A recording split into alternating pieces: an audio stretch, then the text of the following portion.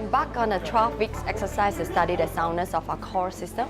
We engaged Accenture to be our partner conducting this exercise for us.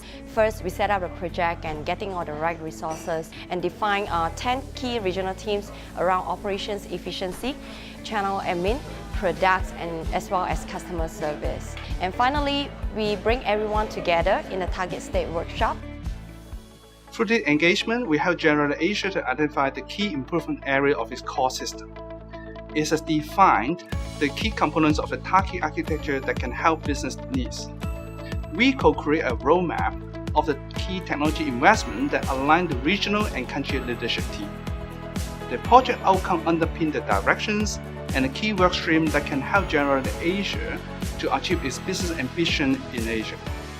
The core assessment exercise is critical because it helps us in knowing where do we want to go or what do we want to achieve. Throughout the engagement, Accenture has demonstrated not just commitment to the project but also extensive engagement with the stakeholders at both regional and the country level, and finding innovative ways of bringing everyone together and driving them towards a common cause. We brought in proven access and approach specifically designed for the insurance industry and a highly experienced team.